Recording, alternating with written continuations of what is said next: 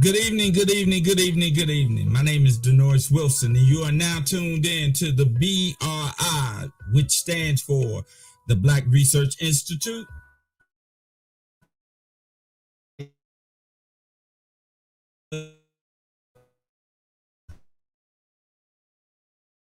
Excuse the do-rag, I am trying to wait on tonight's guest, but while we wait on her, I want to say something. Man, these last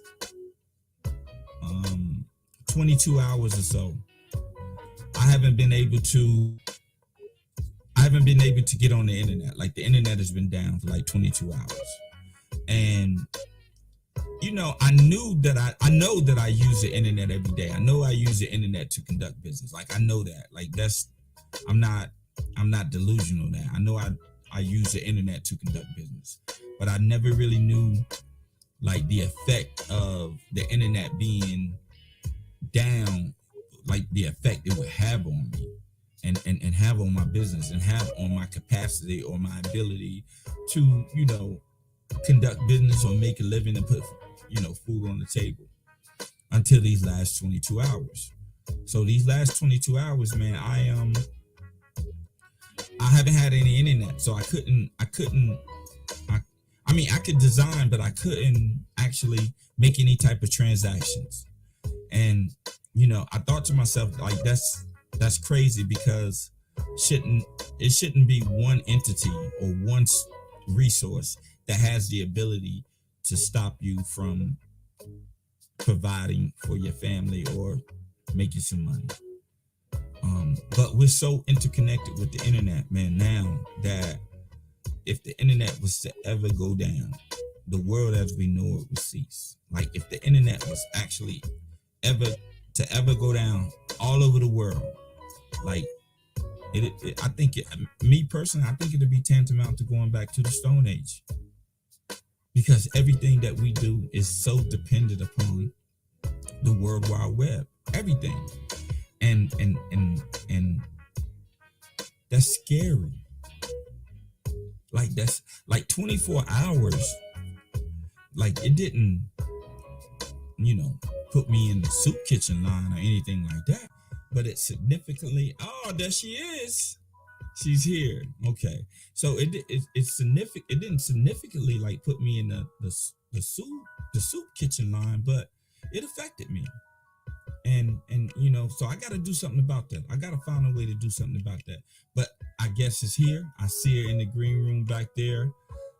And we're going to run a secondary intro, and we're going to come back and we're going to meet tonight's guest. All right. Stay tuned, everybody.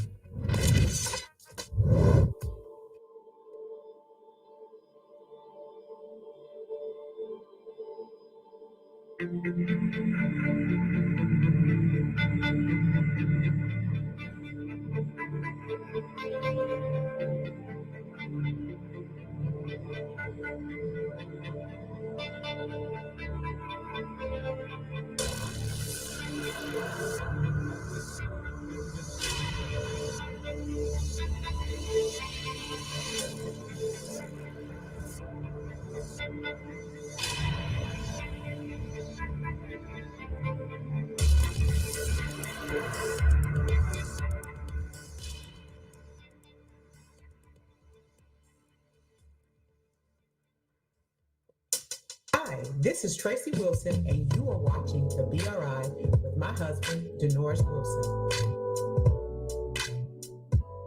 Hey guys, what's up? It's your girl Courtney from Charlotte, North Carolina, and you're watching the Black Research Institute with my boy Denoris Wilson.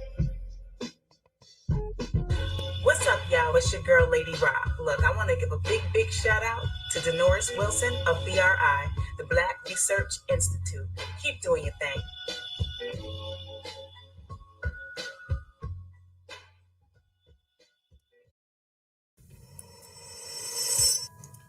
Okay, and we're back.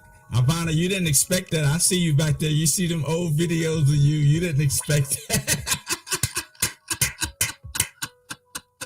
But listen, tonight's guest is I don't really like the term, but that's what we used to call him back in the day. She's a former video vixen, model, and actress, wild and out girl. I don't know if she's from New Haven, Connecticut, but we were in New Haven. She's shaking her head yes. So she's from New Haven, Connecticut, and we were in New Haven, Connecticut at the same time. We crossed paths. She probably don't remember me, but I definitely remember her. But we crossed paths and we know some of the same people, and I've followed her career over the years, and I've always been amazed that like she picked up her bags and went all the way across country to pursue her dream. Right? Like that takes some courage, that takes some determination, and it takes a whole lot of confidence in yourself to do that. Like she's an East Coast girl to go all the way out the West Coast and say I can do this. It's amazing to me. So without further ado, let me introduce you to the model, the actress, Miss Ivonnah Erskine. Hi. Hey Ivonnah, how you doing? Good. How are you? Next. I'm doing good. I'm doing good. How's Cali treating you? Cali's great. It's hot, but it's great. Oh no, it's hot here. It's humid here. It's very. I'm in North Carolina. It's very, very, very humid. Very humid. Yeah, it's Okay, been humid here too, which is odd. We've had mosquitoes, which is odd. So yeah, we normally don't have mosquitoes. The past like 3 years, we had mosquitoes, which is really not normal for California. Okay. So before we get into the bulk of the interview, it's customary here on the BRI to ask you a couple of questions. Okay. Right? It's just some starter questions just to break the ice. Mm-hmm. Okay. So the first question is, are you being safe? Yes. Okay. That's yes. Good. As far as COVID? Anything, however you want to answer it. I'm always safe. I'm safe with everything in my life. I'm being safe, especially with COVID. I'm not vaccinated, just for my own personal like health reasons. I have heart stuff, and people were having scares with their heart, and that just made me nervous. And so I was like, I already got heart stuff going on. I don't need nothing else happening to me. So I'm gonna keep taking my black seed oil and my elderberry syrup and doing my fruits, my veggies, and keeping it popping like that. So yes, I am being safe, and I wear my mask. And with work, and being that the industry is kind of opening up again, we're tested so much, like a few times a week. I had a test today, as a matter of fact. That's good. That's good. So as long as you're being safe. So the second question is, are you happy? I am happy. I love my life. I am always like full of joy, no matter what is happening. I always look for the joy in it. I look for the places to always be happy. I try to find the bright spot in anything. I've always been that way. Just have to find the bright spot. I have my ring light so stupid right now. I'm sorry. I'm like, that's okay. It's like above my head. You know what? I ask that question because a lot of times we get so consumed with, the things that life throws at us that we don't really recognize those times where we're actually happy. Oh yeah. We don't recognize it. Like we just get so consumed with the stress, the bills, everything that we don't recognize that in between those times there's happiness. There's glimpses of happiness in those times, and if you can capture those moments and string them together, you can have a beautiful life. Oh yeah, because stuff's gonna come. Stuff happens. The rain falls on the just and the unjust. So things happen, life happens, but it's what you get from that. You grow through every situation. When things are bad and when things are terrible, or things seem heavy or hard or like weighty, I just always try to look at like what God's trying to do in my life at that moment. Like, okay, what is he trying to break from me? What is he trying to, express out of me? Just like, olives or diamonds and the pressure, all of the cliche things to say, but that's how they come. They come through pressure. So when things are tight, I'm just trying to see what God is trying to extract out of me.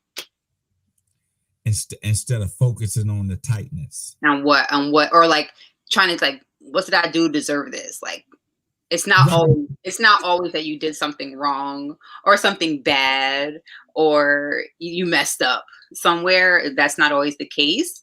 Sometimes it is just that there's something that needs to come out and that you have to go through some pressure to get it out. I kind of look at it like I was an athlete, right? Mm-hmm. So when I played basketball, everybody ran suicides, right? Right? Like everybody ran them. Everybody ran suicides. Now, how you ran those suicides will show in your performance. Yep.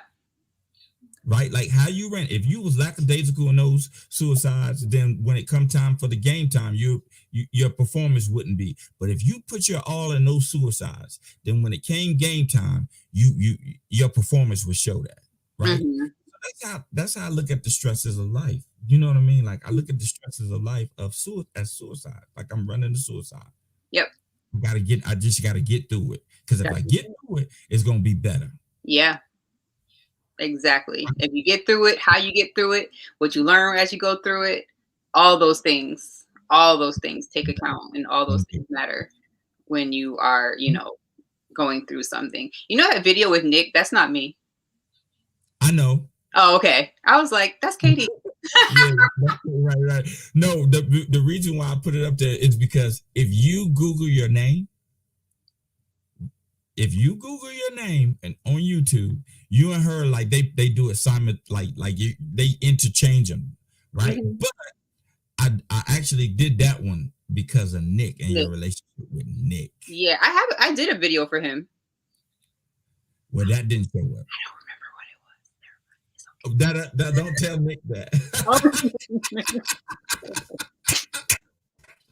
It was me. It was Cat Williams. It was a bunch of us. It was actually the video. It was actually the moment where Nick knew I was funny. Oh man, because Cat was improv and I went along with him, and Nick was like, "You can do that. Don't do that because you're messing yourself up if you can't remember the video." Nick would be like, if he saw it, he'd be like, "Yo, you don't remember that video? You don't remember that video?" But anyway, so look, tell the people about you. Tell the people a little bit about you. Don't give them all. We still got an interview. Yeah, about you. Like, tell me. I am from New Haven, Connecticut, born and raised. I mean, I don't know what you're going to ask me. I've been in California for 16 years this week. I always forget if it's the 25th or the 29th. I always forget. I don't know. I asked my mama. She knows. She remembers because she came with me. So okay. I'll ask her. She remembers the date we left. I always forget what it is. Okay, so I'll help you out. Mm-hmm. When was the moment that you said, I'm going to California? When I booked Wildin' Out, I was still living in New Haven. Okay. And I had to come out here to shoot. And I was here for like a month and a half. And so before, like when I would shoot things or I would be out of town, it would be like a day or two or a week. Like it wouldn't be very, very long. And then when I shot that, it was just, I was here for a long time. And I knew the show was going to go on for a while. And I didn't want to be away from my son that long ever again. Cause like he was cool after a week and like a two. And like that third week came and he was like, nah, this ain't right. What? He was 9 at the time. He's 25 now. He was like, So that was a big factor. And at the time we didn't have, ways to interview or like now I audition for stuff in Atlanta all over the place because you just film it.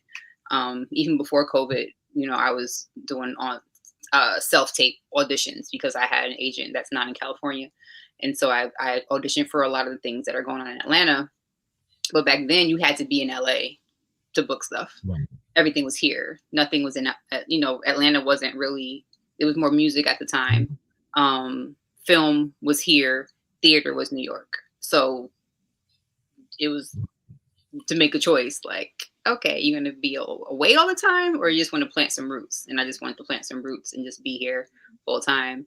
And so like my mom, she sold her house and people were like, you crazy. You've never even been there before. And she was like, If I don't like it, I can come back. Like, Right. not a big deal. Okay. But we all three of us are still here. So Nice. mm, Nice. So when you got there, when you got to Cali, mhm. and you on Wild and Out, and I don't know if you ever traveled to Cali prior to Wild and Out. I don't know. Yeah, I did. I came here for All-Star Weekend or a Super Bowl week. One of those weekends I came here and I filmed a couple of videos and stuff. But it was kind of hectic. And then I was here for like a day, but I had never been here for like a long. When I did Wild and Out was the longest I had ever been here at one time.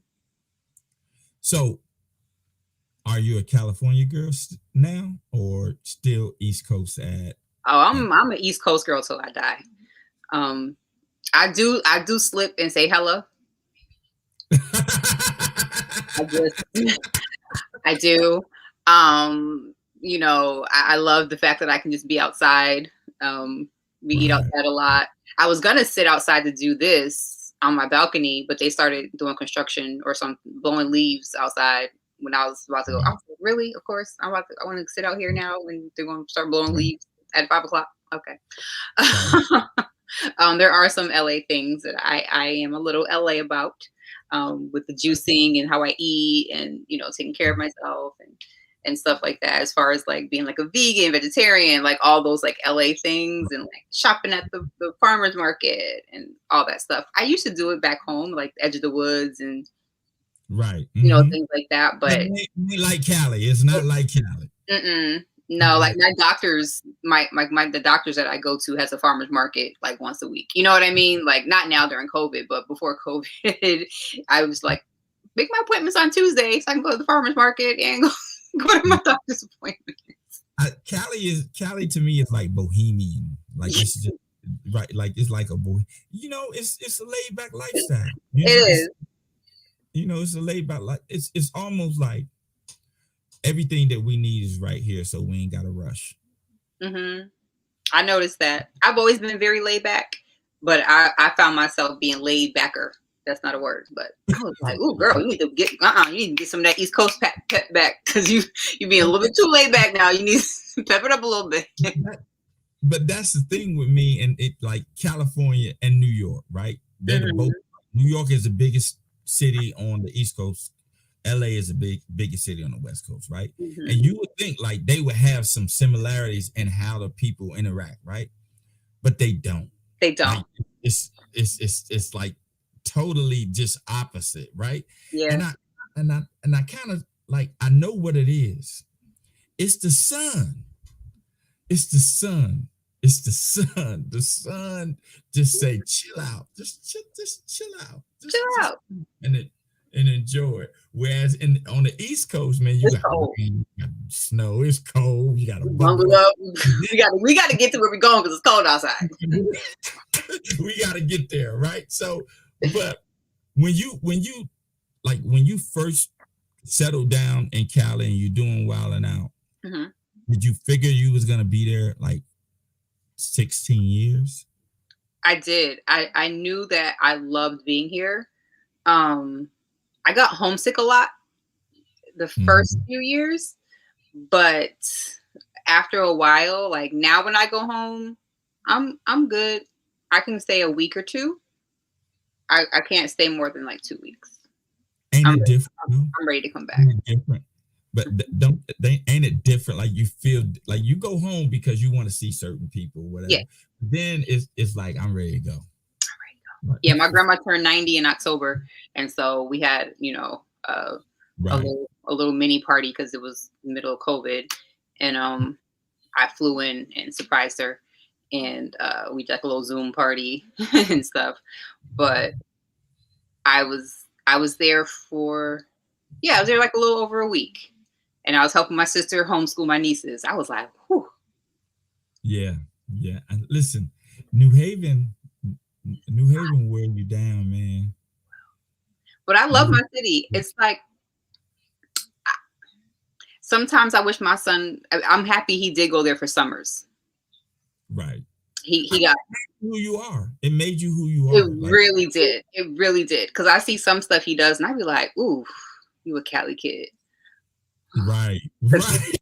he turned 10 a few months after we moved here, so he's been here for half his life, pretty much. So it's just like more than half of his life he's been here. So I'm like, ooh. I'm happy you go to your daddy on in the summertime. That's right.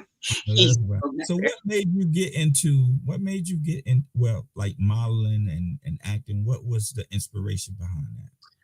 My mom used to model, and she used to do fashion shows and stuff. And when I was 4, I did my first fashion show with her in a mall, and they were actually afraid that because I was a really shy kid, and they were afraid that that I wasn't gonna go on the runway, and they couldn't get me off. So they knew. They were like, "You're done." I kept going up and down the runway, back and forth, back. And they were like, "Okay, you're done. It's time. The next person has to go out." And so from there, they were like, "Oh, okay, she wants to do this." And then I don't know. I danced. I went to Gloria Jean's, and so I danced. I did ballet, tap, jazz. I went to Betsy Ross, which is an art school, so I did African there as well as modern and other dances and stuff, and theater program there. And so I performed. We did shows all the time at Betsy Ross. I danced in a lot of shows.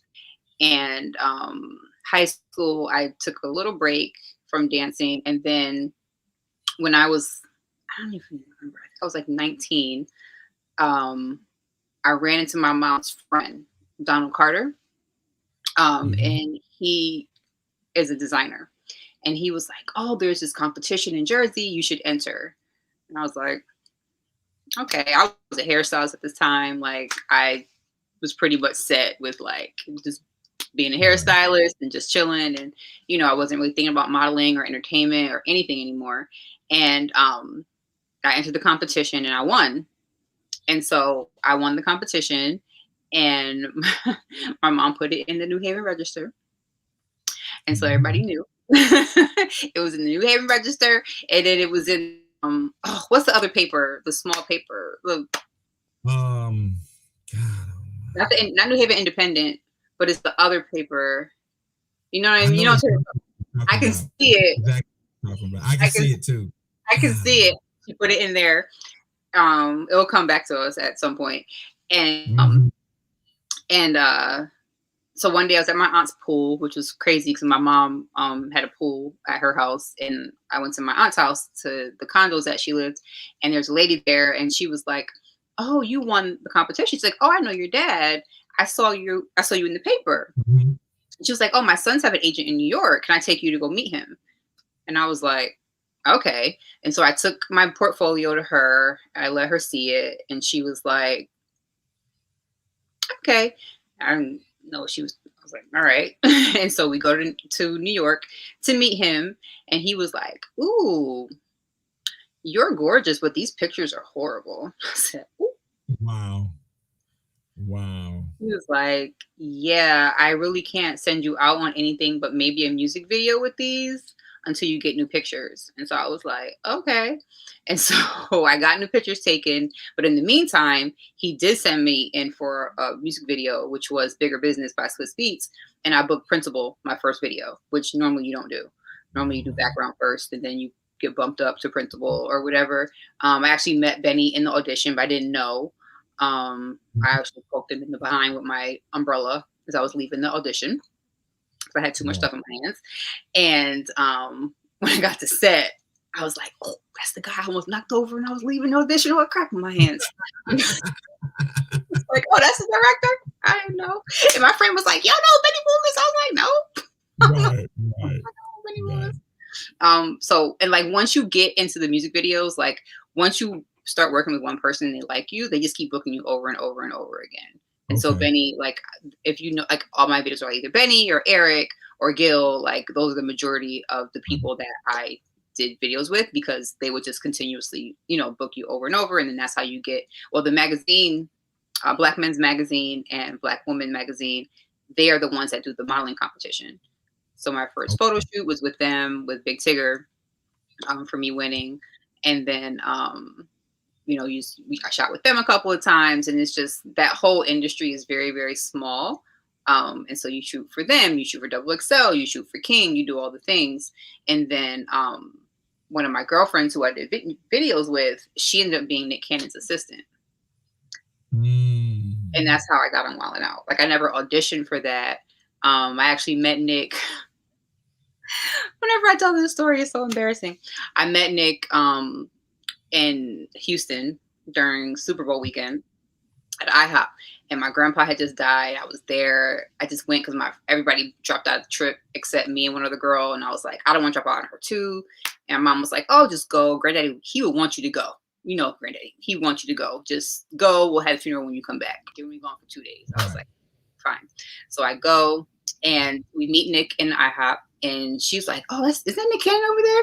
At the time, I thought he was so much younger than me. And so I was like, oh, yeah, that's Nick. And he was like really loud girls. And so when he walked by me, he said, hi. And I was like, right. I'm not like that. Like, that's not me at all. But I was like, hi, like real stank. And I was like, to the point where I was like, ooh, girl, go apologize to that man. Like, he was just being nice. Mm-hmm. But I had an attitude because I wanted to sit down. They weren't seating us. And so year and a half later, my friend gets a job. He's looking through her portfolio. There's a picture of me and her and our other friend in the portfolio. And he's like, oh, I met this girl. She illed me in IHOP. And she was like, nah, not Vaughn. Like, she's arguing. She's like, Vaughn is nice. Vaughn would never do that. That is not her personality. She would never. He's like, no, I know. I remember it was her, and it was her, the girl, and they were together. And I said hi to her, and she gave me a stank look. And I was like, yeah, that was me. And she was like, Vaughn. I said, I know. I was just in a bad mood. Tell him I'm sorry, blah, blah, blah. And he was like, well, tell her I want her to come be a Wild 'N Out girl. That's how I got on Wild 'N Out. So, like, yeah, everything I've done has been, like, serendipitous, like happenstance. Like, yeah, I was mean to Nick and IHOP, and so he hired me for Wild 'N Out. That's how that happened.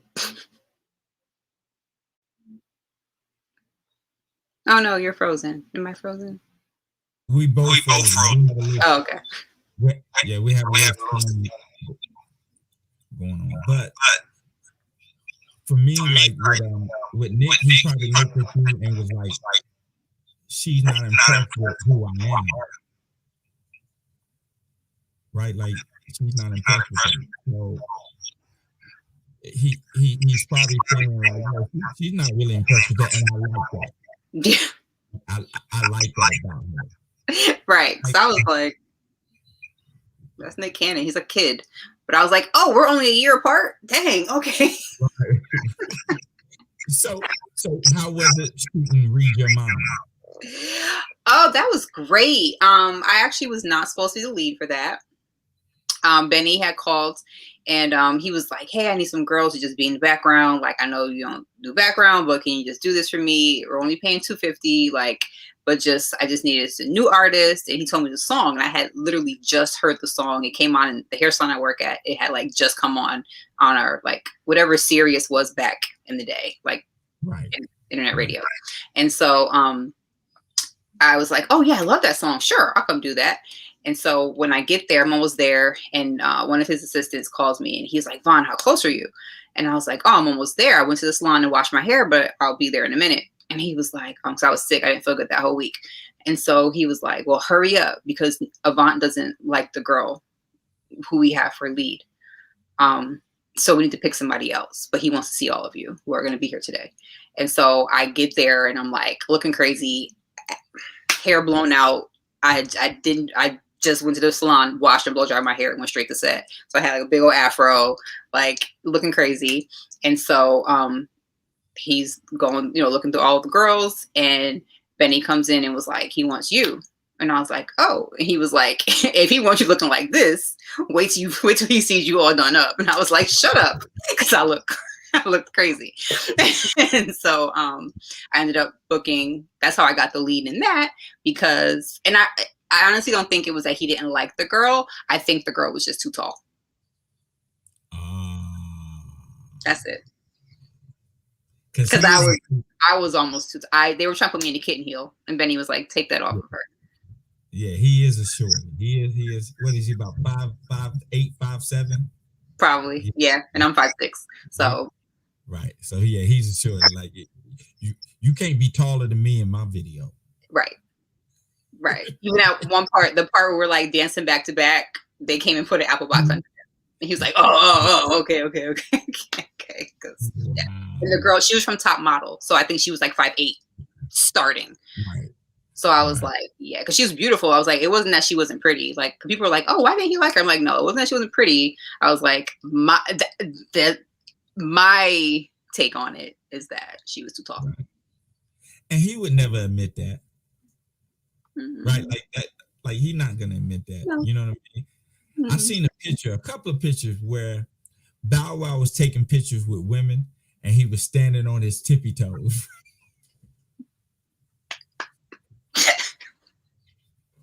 Yes. Yes. Yes. Mm-hmm. You know, so but I understand. Well, put it this way, I don't understand. I ain't never been a shorty, so I don't understand that. But then I do understand because it's like, yo, like they even made a song about short people. So you know what I mean? Like it's like right. So the Napoleon complex, let's call it that. Yep. Okay. Yeah. So out of all the stuff that you've done, all Mm-hmm. the videos, the movies, the filming, out of everything that you've done, what is your most gratifying moment? Most gratifying moment. Ooh. You know, it's funny. I feel like being in entertainment and being on set and being in things is wonderful. But I feel like the influence I have on young women has actually been the most gratifying thing to come out of all of it. Mm-hmm. That's literally like why, like I know that, you know, God has put a calling on me and all that. But to actually see it manifest and to see women who look up to me now because of what I did then, and that I can have an impact on lives now because of who they knew me as. I've had so many young women. I had a video on TikTok blow up, and so many girls who are now women were like, I used to want to be you when I was a little girl. And I was like, what? Like me? You want to be me? Like iconic. I'm like, what? Me? No. And so to see them now and for them to see the fruit of my life now and to be like, oh, okay, she still has her life together, because a lot of people don't. A lot of folks go through this industry. We live the new. Oh no, I can't hear you if you're talking. Can you hear me now? Okay, now I can. Yep. All right. Yeah, and we lived in New Haven, so we know like a lot of people didn't make it. Like they didn't make it, right? So No. I do this channel because I feel like, especially African American Black people, the reason why I feel that we don't advance is because we lack inspiration, Yeah. because we don't really see us, like, in certain fields. Like I grew up in a small town in North Carolina, and from the kindergarten to the 12th grade I had one Black teacher. One. Yep.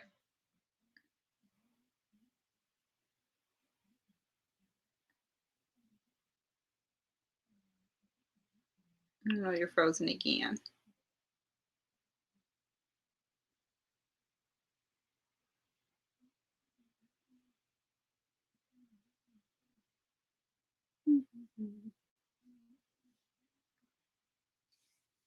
Ooh.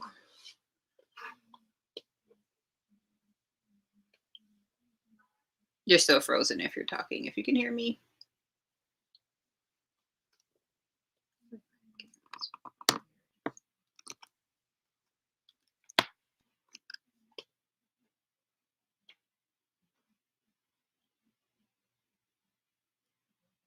Oh no. Well, hey y'all, it's just me. Um, guest on Denoris's show. I'm not sure you can edit this part out. All right, are we live or is he streaming this? Hey y'all. I wish people could ask me questions. You have to see my cat's house in the background that he don't sleep in. My grandcat. It's like having a grandchild. I'm sure he'll be back shortly.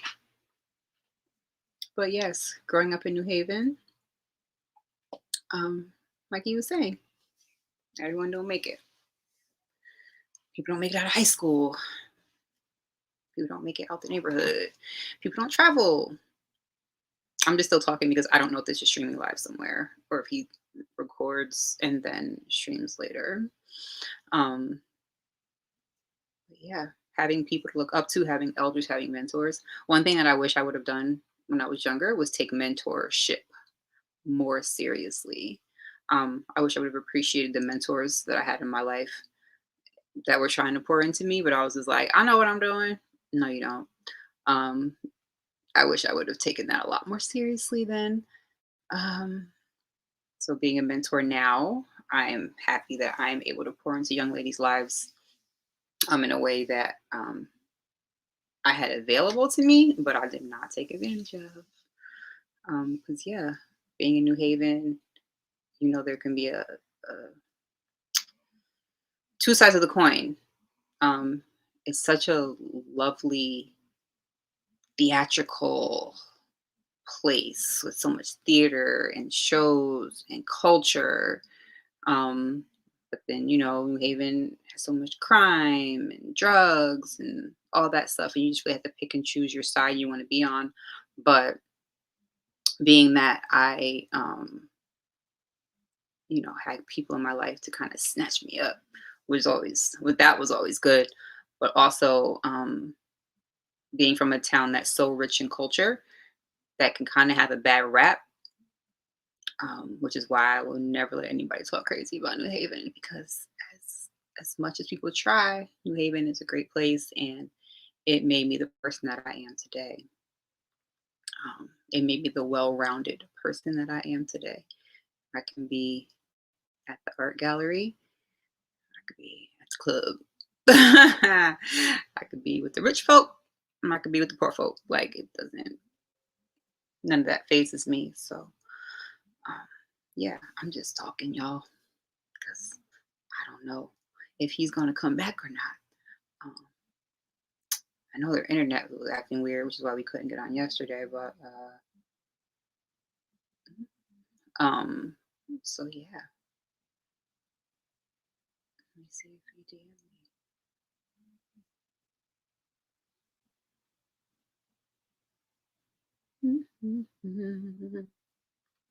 I wish you guys could be on here like asking me questions or something. Wish I could see where y'all were.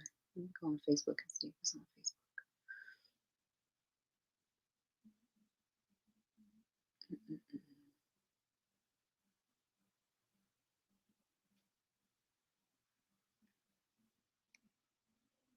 Oh, it's thunder and lightning.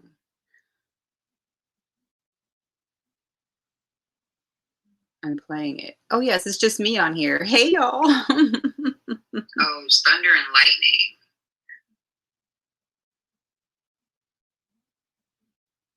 I'm playing it. Oh yes, it's just me on here. Hey y'all.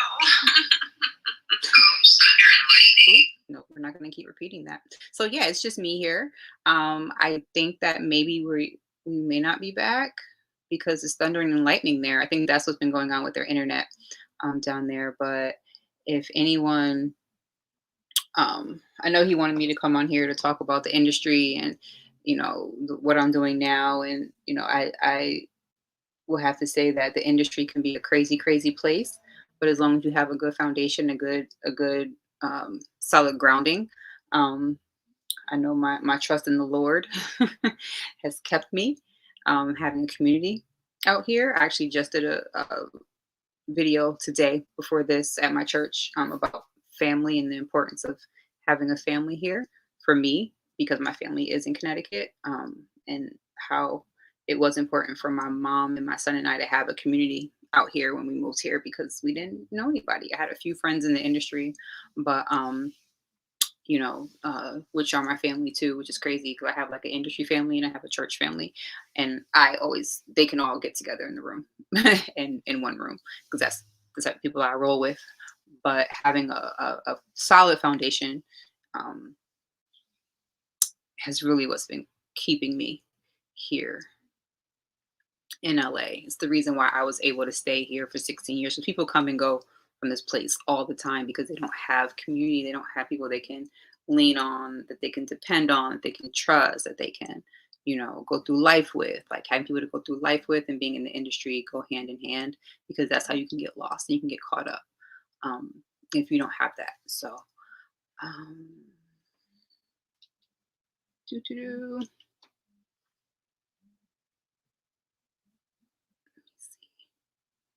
He may have sent me a DM. Nope. So I guess we'll be back when their internet is back up, or maybe we'll do a part 2 of this. But yeah, I'm happy that you all tuned in. I'm happy that I was able to be a guest. I'm sorry that the internet is still acting cray-cray over there and not allowing us to do this full interview we were supposed to do. But yeah, I love y'all. And if you have any questions, hit me up. My Instagram, all my things are my name, Ivonnah. They're my name, IVONNEH, Instagram and all that jazz. So I'm gonna say peace out, because I don't want to just be up here rambling, because I can't talk to y'all because I don't know. I wish I could see. We use StreamYard for my podcast too, but I can't see what you guys are saying, because I'll just sit here and answer questions if I could do that. But I love y'all. Peace.